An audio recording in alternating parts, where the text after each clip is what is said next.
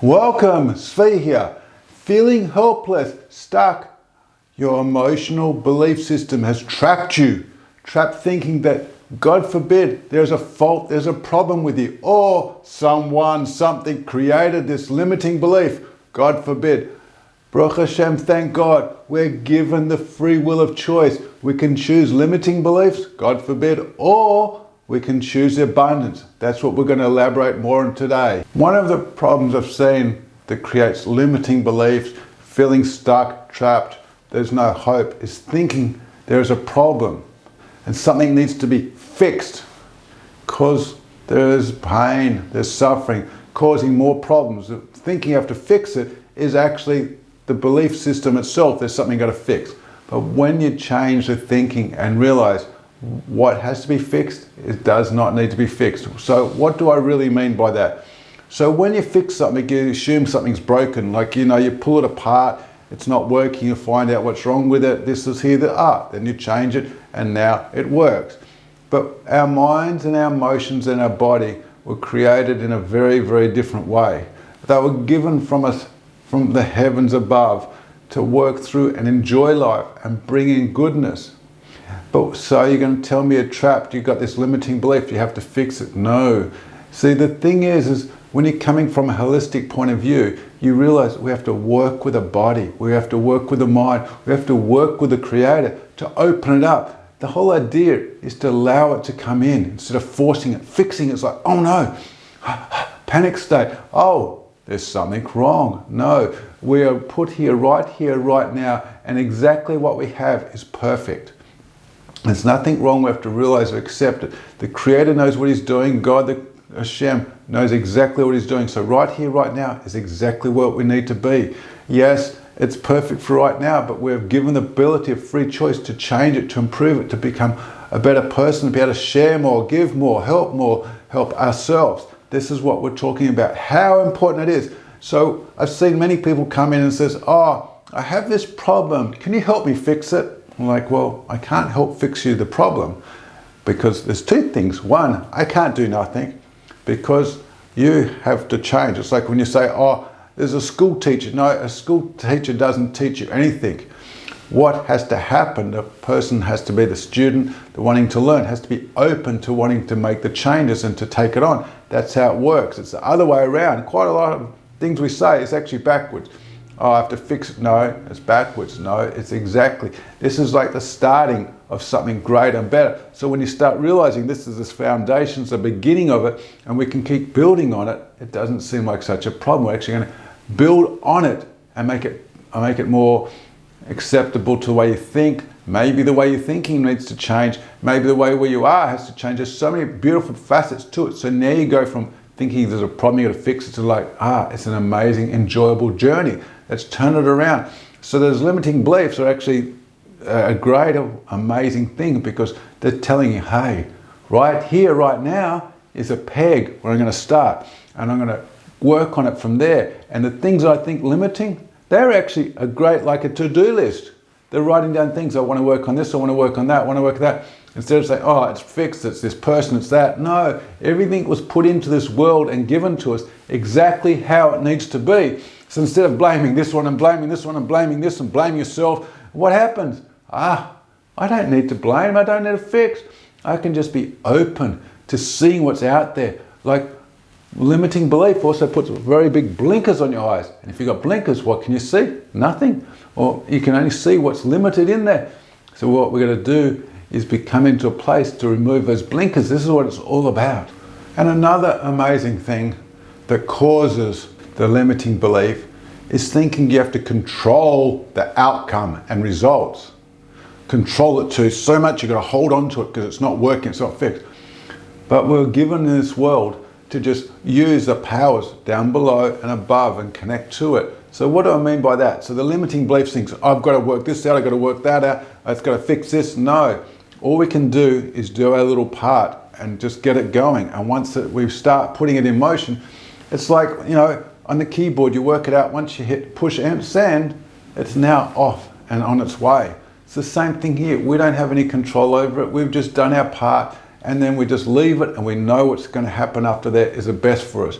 Yes, we can work on it. We can look into it and think, I need to change a little bit. Well, we're given a gift to be able to make changes of free will. But controlling the outcomes and trying to control all these situations is putting enormous stress. And we don't need the stress. We're meant to give it back to the Creator. And the problem can move away from being a problem to like, okay, I'm going to look forward to seeing what the outcome is and see, is this going to work? It's like I tell my kids, the teacher gives you a test, it's pretty easy. You learn it, you go over it, and the teacher gives you the questions that you've already learned. And what does the result mean? It's not to see if you don't know anything, it's to see, this is where you're holding right now. You need to work on a little bit more here, a little bit more there, or you fully understand it. It's just a beautiful gauge to work out where you are. So when we do our thing and let it go, we get to see where we're holding. And we don't have to have a limiting belief. We can say, the abundance is coming in. What do I need to change to let it come in more? What blinkers do I have to remove? What stress do I have to let go of? What do I need to do to allow it to come in? I want to reiterate that the abundance limitation can be the biggest gift. It can be your best friend. It can be a helper to abundance in the mindset, abundance in health, and abundance in wealth. How does that really work? Quite simply, because it shows you where you are now and that limitations that you feel the body locking up, that you're feeling sick with a lock up in the body is a message. So through mindfulness, we can actually work it through and realize, the thing that's affecting me the most in our mind is actually also can come in the body, and it can affect your wealth, it can affect your relationships. Okay, then now I can relate those two to it, and I can got a chance to work on it. Otherwise, you'd be completely lost. What do I do? What do I do? But there's these beautiful signs that the Creator's given us to help us work on being that better person. So there's 4 things that I think are the most important to remove from a limiting belief to abundance belief. Understand, the most important one is the first one, understanding looking forward. So what do I mean by that? Limiting belief, you may feel limited right now, but if we keep looking forward and going forward, we know this from what happened, we see when the Yidden, the Jewish people were coming out of Egypt, they had to go forward and they had nowhere to go other than into the water. And what happened? We can have our own miraculous where the sea opened up. They kept looking forward. They couldn't look back because they were in trouble. So we learn from here how much by looking forward can make a huge impact on us by focusing on what we do want and going forward. Yes, there's little hiccups on the way, but we look at them as things we keep little signs to keep going forwards and going forward. It's very, very powerful, because otherwise you get lost in the past and say this is wrong, and then you get dictated and it starts running you and think you have to fix it because you're cooked in the old way.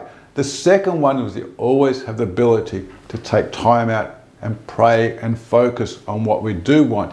Understand what we do want, allow it to come in. We have to do it in a way where we don't try and control it. We're just opening up to it. We're sharing with the Creator, God Himself, this is what I'd like. And then we open up, and where it comes from is the most beautiful part, is letting it come in. So now we've got the abundance mode coming in, removing that limited bliss, allowing it to come in from all sorts of ways.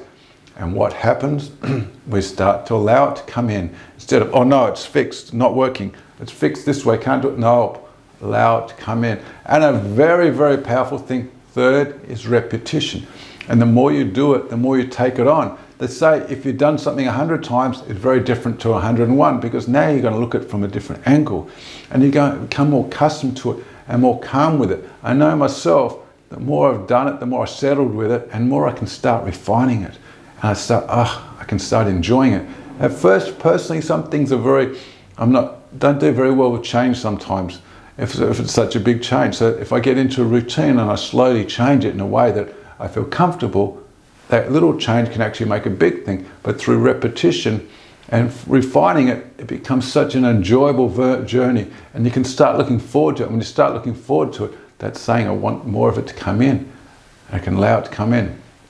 And fourth, and can't say the last, but is very, very important as well, is understand we have choices. Instead of saying, I'm fixed, I've got no belief, I can't do this person, that person, it's me, who I'm born, the place I'm at, may be all true. but we have choices. And as we change, we open up, and we're actually moving from one place to another. We are moving from a place emotionally, physically, in our minds, we're changing it as well. We're rewriting tracks in there to allow goodness to come in. And this is all part of it. And when you start bringing thankfulness into it, you're starting to wow, looking for the good. You see the good everywhere around. You're allowing it to come in. It is so beautiful and so amazing. I want to thank you very much for staying through to the end, appreciating, allowing me to share with you. I look forward to sharing much more with you. Before I forget, I want to thank you if you already subscribed. If you haven't subscribed, hit the like button down below, the subscribe as well, and look forward to reading the comments. Thank you once again.